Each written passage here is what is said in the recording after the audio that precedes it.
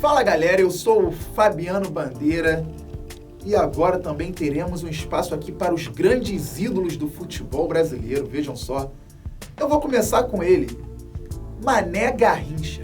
O craque das pernas tortas é considerado por muitos o maior ídolo da história do Botafogo, ou o segundo maior ídolo da história do Botafogo. Isso porque ele divide a torcida com Newton Santos, a enciclopédia do futebol. É uma disputa bem agradável, mas se não se sabe quem é o maior ídolo, sabe quem é o maior jogador da história do clube. Isso aí não tem dúvida. É o Garrincha. E além do Botafogo e do futebol brasileiro, há quem considere Manuel Francisco dos Santos o maior jogador da história do futebol. Eu sou mais conservador nesse sentido, eu considero ele o segundo maior. Ainda considero o Pelé o maior jogador do futebol. Mas quem está falando aqui, né, é o Fabiano Bandeira dos Santos, falando sobre o Manuel Francisco dos Santos. Aliás, Santos, acho que tá aí, rapaz. Nossa habilidade vem do sobrenome, a minha e a do Garrincha. Tem pouca gente com sobrenome Santos aqui no Brasil. Bem, deixa pra lá. Falando sobre Pelé e Garrincha, é interessante que eles protagonizaram grandes duelos, tanto no futebol brasileiro quanto em outros países, né? Santos e Botafogo faziam viagens aí pelo mundo e eles jogavam contra, às vezes, mais no exterior do que até aqui no Brasil.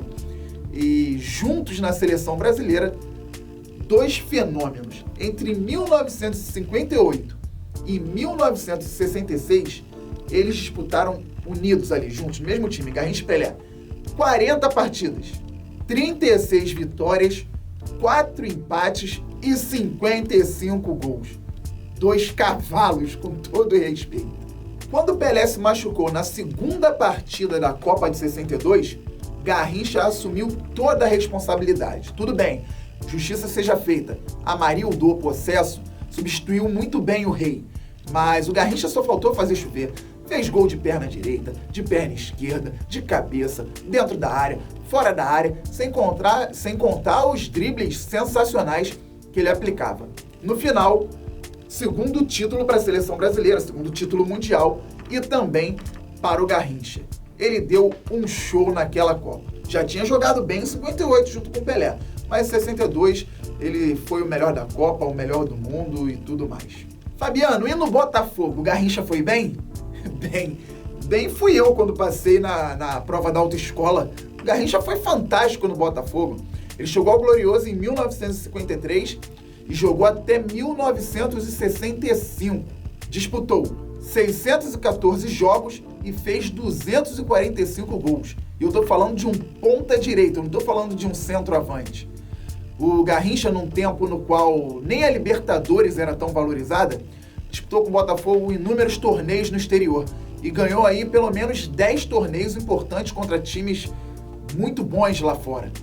Aqui no Rio de Janeiro, foi campeão carioca em 1957, 61 e 62. Em 57, ele acabou com o Fluminense na final. O Flusão era o favorito, jogava pelo empate, mas o Botafogo ganhou por 6-2, com 5 gols de Paulinho Valentim, e o Garrincha brincou na decisão, deu muitos dribles. O Tele Santana contava que o marcador do Fluminense pedia para ele parar de tantos dribles que ele estava dando. Então o Garrincha era um fenômeno. Ah, mas carioca, olha só, a carioquinha é importante. Não, temos que contextualizar. Na época, o Campeonato Carioca era o campeonato mais importante do país. E o segundo era o Rio-São Paulo. 4 grandes lá de São Paulo, 4 grandes do Rio. E o Botafogo venceu no período do Garrincha o Rio-São Paulo de 62 e de 64. Ou seja, muitos títulos, muitos gols e muitos dribles. Muita emoção pro torcedor carioca, muita emoção pro torcedor do Botafogo. Um comentário aqui.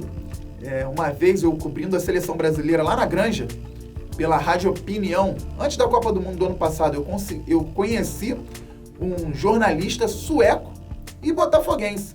Ele já gostava do Botafogo por causa do Garrincha, que ele se consolidou como botafoguense, mas ele disse que tem muitos suecos alvinegros por conta do Garrincha. E, inclusive, o ponta-direita deixou um filho lá na Suécia. É idêntico a ele, por sinal. Curiosidades. Garrincha era flamenguista? Embora Elza Soares diga isso, algumas pessoas repliquem isso, na verdade o Garrincha não tinha time. A família dele torcia pro Flamengo, mas ele só queria caçar passarinho e jogar futebol nas horas vagas lá na juventude. Ele não tinha um time para torcer. Então fiquem tranquilos, o Garrincha não era flamenguista, também não era botafoguense, vascaíno, tricolor. Ele queria jogar bola e passar o tempo. E depois se tornou esse fenômeno incrível que o pessoal da época pôde ver. Garrincha deu caneta em Nilton Santos, o melhor lateral esquerdo da história do futebol? Calma. É verdade que Garrincha depois virou até compadre do Nilton Santos. Nilton Santos, enciclopédia do futebol, adorava o Garrincha. E no primeiro treino, quando o Garrincha treinou no Botafogo, ele realmente foi muito bem, ele na ponta direita, contra o Nilton Santos na lateral esquerda. Mas ele não deu caneta no Nilton Santos, não. O Nilton até falava que brincava com isso, para dar mais moral ainda pro ponta, mas na verdade ele foi muito bem. E o Nilton só falou o seguinte para a diretoria do Botafogo: contrata esse homem. Eu não quero jogar contra ele. Ele levava público aos estádios? Isso com certeza. Aí você pode conversar com algum senhor aí, algum idoso que não torce pro Botafogo, e você vai descobrir que muita gente ia ao estádio, ia ao Maracanã só para ver o Garrincha jogar e para rir com as jogadas dele. E aí eu fico com o Gerson, canhotinha de ouro, o craque da Copa de 70 também, na seleção brasileira, contando como o Garrincha na final de 62, com um drible, deixou o Gerson e o Jordan também, outro marcador, no chão. E partiu para fazer um dos gols na vitória do Botafogo por 3-0. O Gerson conta isso rindo e chorando de emoção. É sensacional. O craque infelizmente faleceu em 20 de janeiro de 1983, em decorrência de problemas com álcool. Mas fica aqui o vídeo em homenagem a tudo que o Garrincha representa e até ao último drible que ele deu, talvez o primeiro. Garrincha driblou o calendário. Ninguém sabe se ele nasceu em 18 de outubro ou em 28 de outubro. E a gente faz o seguinte, já que são duas datas, a gente dobra a homenagem.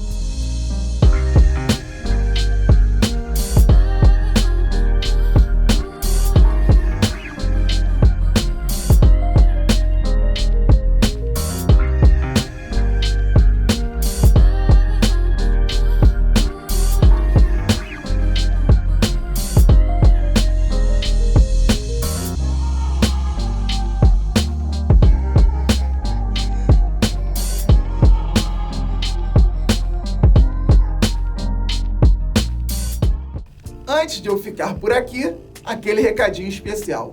Tá precisando de consultoria ou solução financeira? Grupo Point Consultoria Financeira. Grupo Point Fácil Capital. Procure as duas empresas ou uma das duas lá no Instagram, mande mensagem no direct e conheça o trabalho dessa galera que é profissional, sensacional e pode te ajudar. Agora sim, eu vou ficando por aqui. Compartilhe o vídeo nas redes sociais, dê o like, aperta o sininho e se inscreva no canal, mande alguém se inscrever no canal, pague para alguém se inscrever no canal, dê seu jeito, mas vamos aumentar o número, porque aqui tem ídolos, aqui tem estádios, aqui tem enaltecimento dos clubes brasileiros. Um abraço.